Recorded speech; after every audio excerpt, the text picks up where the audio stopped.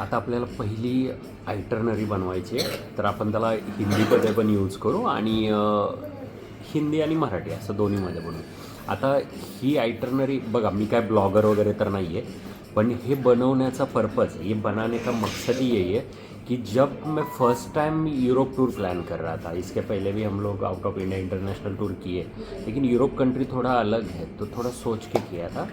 तो क्योंकि इसका जो शेंजन वीज़ा जो है, शेंजन वीज़ा जल्दी मिलता नहीं और उसमें बहुत बड़े टास्क लेने पड़ते हैं, जैसे कि आपको अकाउंट में कम से कम आपको एक अच्छा बैंक बैलेंस होना चाहिए, आपके एफडीज़ होना चाहिए।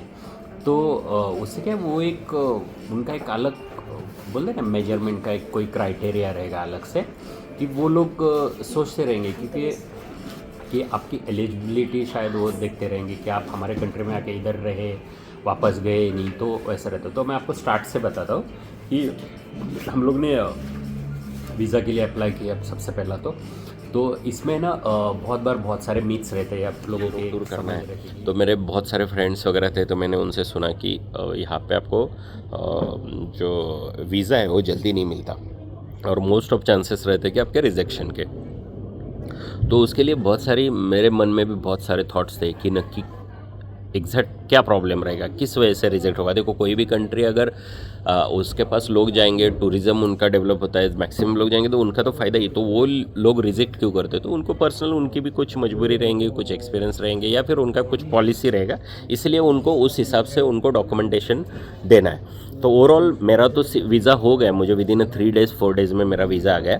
तो मोस्ट ऑफ मुझे ऐसा लगा कि उनका एक ही रहेगा कि हमारे यहाँ पे बेकायदे से कोई ना आए और यहाँ पे आके सेटल ना हो जाए, या फिर आया और यहाँ पे वो अटक गया कि उसके पास पैसा नहीं है, कुछ नहीं है। तो उनको शायद ये शो करना पड़ता है, आपके जो पेपर्स है और जो सारी चीज़ें उसमें एक ही आपको चीज़ उनको शो कि मैं कैपेबल हूँ, आपके देश में घूमने आ रहा हूँ, बाकी मेरा कोई दूसरा इंटेंशन है नहीं, और वो उसको मैं कंप्लीट करके मैं वापस आ जाऊँगा। तो ये प्रूव करने के लिए आपको कुछ उनके अच्छे अच्छे प्रॉपर पेपर जो है वो देने।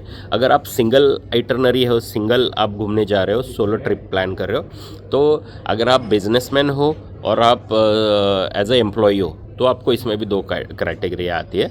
तो बिजनेसमैन हो तो देखो, मैं एज ए बिजनेसमैन हूँ, तो मैं मेरी तरफ से ही बताना चाहूँगा। तो उन्होंने जो पेपर्स दिए थे उसमें मेरे जो बिज़नेस था, मेरा होटल का बिज़नेस है, तो मैंने उसके सारे डॉक्यूमेंट्स दिए, जैसे जीएसटी नंबर दिया था, उसके बाद में मेरा गुमास्ता, मेरा जो जीएसटी नंबर था वो दिया था, लाइसेंस दिए थे, और मेरा जो एग्रीमेंट था वो मैंने दिया था, और मेरा और मेरे मिसेस का जो भी हम लोग का पार्टनरशिप का डीड था वो दिया था मैंने।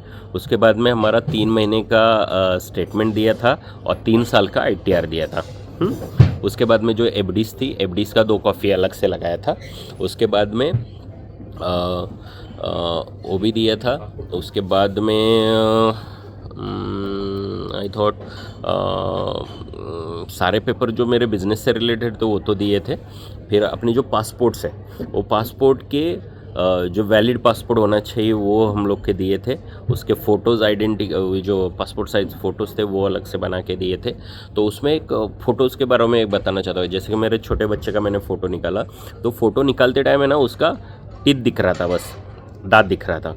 तो वापस वो लोग ने उधर है ना, फ़ोटो ये नहीं चलेगा बोल के उधर अपने पास से उधर, तो उधर आप जो ये जो रहता है उनका एनएफएस का ऑफिस जो रहता है, जहाँ पे आपको पासपोर्ट का प्रोसेस होता है अपना, तो वहाँ पे आपको उनका फ़ोटोज़ का भी बाहर सुविधा रहता है, वो तुरंत आपको निकाल के देते हैं। तो वहाँ पे आपको आपको जो, अगर आप ग्रुप टूर से जा रहे हो तो वो आपको सब बता देंगे कि कैसे करना है, वो आपका अपॉइंटमेंट भी लेके दे देंगे।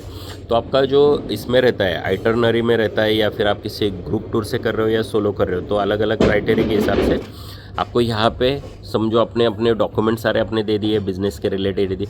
इन शॉर्ट आपको उनको प्रूव करना है कि हम लोग के दिमाग में कोई गलत चीज़ नहीं है, आपके कंट्री में आएंगे, घूमेंगे और वापस हम लोग अपनी कंट्री में आ जाएंगे।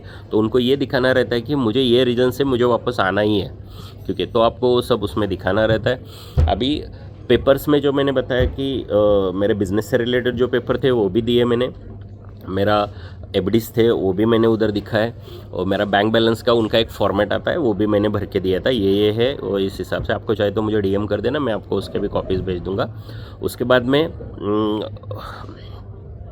इसमें सबसे इम्पोर्टेंट एक पेज था, जैसे कि आपने पासपोर्ट का भी दिया, तो और एक इम्पोर्टेंट सबसे पेज रहता है कि बहुत बार लोग क्या करते हैं, अगर मुझे टूर पे जाना है तो किसी भी अकाउंट में से 5 से 10 लाख रुपए आपके करंट में या फिर सेविंग अकाउंट में आपने ले लिया, तो वो लोग उधर ही पकड़ लेते कि ये मतलब बंदा इसने किसी से टेम्पररी अपने को दिखाने के लिए लिया है, इसमें तो अकाउंट में पिछले 1 महीने में, 1 साल भर में इसके या फिर 2-3 महीने में एक भी ट्रांजेक्शन नहीं है, और आज सडनली इसको 10 लाख कैसे आ गए। तो ऐसा नहीं है। आप अगर फिर भी आप करते भी हो तो आपका समझो करंट अकाउंट है एक नाम का, जिसका आपने डिक्लेरेशन यहाँ पे दिया है, और यहाँ पे आपने सेविंग अकाउंट में उसी अकाउंट में से पेमेंट लिया है ना, तो वो लिंक हो जाता है। लेकिन वो उनको डिक्लेरेशन उनको देना पड़ता है। तो एक सडन डिपॉजिट डिक्लेरेशन कर, डिक्लेरेशन ऑफ सडन डिपॉजिट का अगर का एक फॉर्मेट रहता है, उसमें वो आप वो लिख के ले लेना कि ये मेरे अकाउंट में थे, मेरे सेविंग में थे या मेरे एफडी में थे, मैंने उससे मेरे अकाउंट में लिया है, तो उनको थोड़ा क्लैरिटी मिल जाता है। सॉरी। तो वो एक है, तो उनका वो डिक्लेरेशन का एक सबमिशन हो जाता है, तो इजी हो जाता है थोड़ा। उसके बाद में अगर आप मल्टीपल ट्रैवलर हो, जैसे कि आप, आपकी फैमिली, आपके बच्चे साथ में, तो आपके बच्चे हैं समझो, तो बच्चों के लिए उनके पेपर से अलग, जैसे कि उनका बच्चों का एक फॉर्मेट रहता है स्कूल से कि ये तारीख को हमारे बच्चे यहाँ से जा रहे हैं, हम लोग ये इन्होंने छुट्टी मांगी है तो हम लोग इनको छुट्टी दे रहे हैं, वो एक फॉर्मेट रहता है, वो भी मैं आपको दे दूँगा। तो वो उसमें से तो वो डिक्लेरेशन में रहता है कि बच्चे स्कूल्स वाले हैं और स्कूल इनमें मतलब स्कूल वापस जाने वाले हैं, इन शॉर्ट वही देना रहता है। उसका बोनाफाइड सर्टिफिकेट लगता है बच्चों का, वो भी देना है। उसके बाद में उनका आइडेंटिटी कार्ड जो रहता है ना, उसकी झेरॉक्स भी साथ में रखना है। तो बोनाफाइड सर्टिफिकेट और आइडेंटिटी कार्ड और उनका बर्थ सर्टिफिकेट, ये सारी चीज़ें आपको वहाँ पे लगानी पड़ती है। बाकी आप दोनों ही, अगर हस्बैंड वाइफ अगर आप बिजनेसमैन हो तो बाकी आपके पेपर जो है वो लगाने। तो ये सारी चीज़ें हैं। उसके बाद में जो आपका ऑफिस रहता है, अभी अपना दिल्ली मुंबई में एक ही जो एजेंसी वो इसको पासपोर्ट को फॉलो करती है, तो आपको उसको वर्कआउट करना है। उनके पास पेपर टाइम टू टाइम वो सीक्वल से बना के प्रॉपर देना है। बहुत लोगों का महीना वीज़ा आने के लिए लग जाता है। हमारा 30 तारीख को अपॉइंटमेंट था और 1 तारीख को हमारे वीज़ा लग के भी हमारे घर पे पहुंच गए डायरेक्ट पासपोर्ट्स। तो ये सारी चीज़ें, तो मोस्ट ऑफ ये थोड़ा फैमिली जो रहता है ना, जो स्पेसिफिक टूर के लिए जा रहे हैं, तो उनको इजीली वीज़ा मिल जाता है। दिक्कत रहता है जो सोलो पर्सन जाते हैं और जो सेल्फ एम्प्लॉय जो जाते हैं, तो उनके वीज़ा में थोड़ा सा 19-20 फ़र्क आता है, लेकिन बाकी सबका तो प्रॉपरली आ जाता है। और मैंने भी बहुत सारे वीडियोस देखे ही ये वीज़ा का प्रोसेस करवाया था, तो मुझे भी ऐसा लगा कि मैं एक ऐसा वीडियो बनाऊं जिससे बाकी लोगों को हेल्प हो जाए कि आपको क्या क्या करना है। आपको किसी को किसी भी तरह के डॉक्यूमेंट्स के फॉर्मेट लगे तो प्लीज़ मुझे आप कमेंट्स में लिख देना, मैं आपको उसकी कॉपीज़ और आपका नंबर भी चाहे तो शेयर कर देना, मैं उसमें आपको वो फॉर्मेट मेरे पास सेव में है तो मैं आपको शेयर कर दूँगा, तो आपको शायद वो ईजी हो जाएगा। मतलब जैसे कि पासपोर्ट के पेपर्स आपके। हाँ, दूसरा एक इम्पॉर्टेंट थिंग, बहुत बार लोग है ना अपनी आइटरनरी, आपके आइटरनरी और आप जो वीज़ा में डिक्लेरेशन दे रहे हो वो मैच होनी चाहिए। बहुत बार क्या होता है कि आपको, अभी जैसे मेरा 23 तारीख को फ़्लाइट था, कहाँ से, मुंबई से, और हम लोग यहाँ पे पहुँचने वाले थे 24 को सुबह। तो आइटरनरी में हम लोगों ने डाला था बराबर की 24 तारीख तो हम लोग ने ऐसा नहीं डाला कि 23 तारीख को, तो एक दिन पहले का क्यों मांग रहे हो या फिर लेट क्यों मांग रहे हो, तो वो मैच होना ज़रूरी है। आपके देश में हम लोग 24 तारीख को पहुंच रहे हैं ना, तो 24 तारीख से डिमांड करो कि हम लोग को 24 तारीख वाला चाहिए। तो वो लोग ने हम लोग को 24/11 से लेकर 24/25 तक का 1 महीने का वीज़ा दे दिया। तो दूसरा, आइटरनरी में डे टू डे एक्टिविटीज़ उसमें मेंशन होने चाहिए, टोटल आइटरनरी मेंशन होनी चाहिए कि ये आइटरनरी आपसे कहाँ से स्टार्ट हो रही है, कौन से दिन में आप कौन से शहर में, कौन से होटल में, कौन से टाइम पे कहाँ पे क्या कर रहे हो, वो प्रॉपर आइटरनरी देना है। नहीं तो आपने आइटरनरी लिखा है 10 दिन का रहने वाले हो 16 दिन, या फिर 16 दिन का आइटरनरी दिखाया है रुकने वाले हो 4 दिन, तो उनको भी पता चलता है कि ये फेक है। तो ये शायद may be most of chances होते रहेंगे कि आपका रिजेक्शन के चांसेस, इसके वजह से शायद बहुत सारे वीज़ास, तो ये एक आपको ध्यान रखना है। बाकी पेपर्स आप प्रॉपरली बनाओ, सडन डिपॉजिट का जो फॉर्मेट है वो अच्छे से डाल दो, आपका एफडीज़ के जितना हो सके आपकी जो भी बैंक बैलेंस सेविंग है वो उसमें ज़्यादा दिखाओ, वो अच्छा है, और वो एक्चुअल होनी चाहिए, वो आप दिखा दो, तो वो शायद आपके लिए हेल्पफुल रहेगा। बाकी अभी आज का तो इतना ही था। अभी कल का आपका 7th और 8 डेज़ का मुझे आइटरनरी बनाना है, और उसके बाद में फिर अपना फाइनली जो यहाँ से ज्यूरिख से हम लोग चेकआउट करने वाले हैं। तो ऐसा हमारा पूरा यूरोप टूर का प्लानिंग हम लोग 1 बाय 1 के हिसाब से मैं बना के डाल रहा हूँ। तो कोई भी आएगा तो उसके लिए ईजी जाएगा। लेकिन मेरा रिकमेंडेशन रहेगा, आप ग्रुप टूर में जाना चाह रहे हो या सोलो जा रहे हो, लेकिन सोलो जाना थोड़ा सा रिस्की होता है। बहुत बार हम लोग को यहाँ का कुछ मालूम नहीं रहता, यहाँ पे पिक पॉकेट बहुत ज़्यादा होतं, मतलब आपण म्हणतो पाकिट मार म्हणतो ना आपल्याकडे तसं.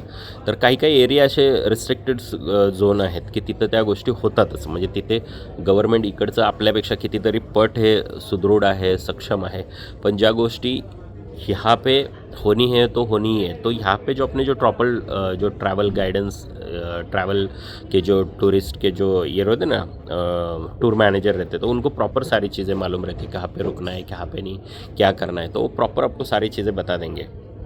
तो ये हम लोग को समझना है कि कैसा करना है क्या नहीं। तो आपको जो भी वर्कआउट करोगे वो प्रॉपर करो। आपको कौन सा कन्वीनियंट लगता है वो हिसाब से आप करो, कि आपको सोलो ट्रैवलिंग जाना, आपका खुद का कॉन्फिडेंस है तो आप वो करो। अगर आपको लगता है कि नहीं मुझे ग्रुप टूर के साथ जाना है, कि कैसे कैसे क्या आइटनरी रहेगी, कैसी सारी चीज़ें रहेगी, तो जब हम लोग, अभी ये मेरा इंटरनेशनल टूर, मैंने पहले सिंगापुर मलेशिया मैंने विद फैमिली किया है, तो अभी दिस टाइम कि हम लोग यूरोप टूर तो पहली बार हम लोग कर रहे हैं। तो हम लोग ने ऐसे सोचा कि नहीं, हम लोग थोड़ा एक्सपीरियंस वाले लोगों के साथ में ही जाएंगे और बेटरली यूज़ करेंगे। तो नेक्स्ट टाइम आप आपके हिसाब से डिसाइड करें। लेकिन मैं अगली टाइम मुझे नहीं लगता कि मैं ग्रुप टूर प्लान करूँगा। मैं मोस्ट ऑफ तो मैं सोलो ही जाऊँगा, क्योंकि अच्छा खासा कॉन्फिडेंस भी आया है और अच्छा वर्किंग भी हम लोग कर सकते हैं। चलो फिर मिलते हैं। आप सब्सक्राइब करो, शेयर करो, और कुछ लगा तो आप मुझे कमेंट्स में ज़रूर बता देना, ताकि मैं आपको कुछ इन्फॉर्मेशन आप चाहिए तो जो मुझे मालूम है मैं आपको शेयर कर दूँ। Thank you. वीज़ा के लिए अप्लाई किया सबसे पहला तो इसमें ना बहुत बार बहुत सारे मिथ्स रहते हैं, आप लोगों के एक समझ रहते कि बहुत बार इसमें ना कि शेंजन वीज़ा में क्या किस वजह से वो रिजेक्ट करते, क्योंकि वो पर्टिकुलर ऐसा मेंशन नहीं करते कि आपको किस वजह से हम लोग वीज़ा रिजेक्ट कर रहे हैं, या फिर वो मेंशन नहीं करते। तो मोस्ट ऑफ थोड़ा सा मुझे जो एक्सपीरियंस आया वो मैं आपके साथ में शेयर करना चाहता हूँ। वो लोग का ऐसा है कि बहुत बार वो लोग जो करते हैं, जस्ट तो मुझे ऐसा लग रहा है कि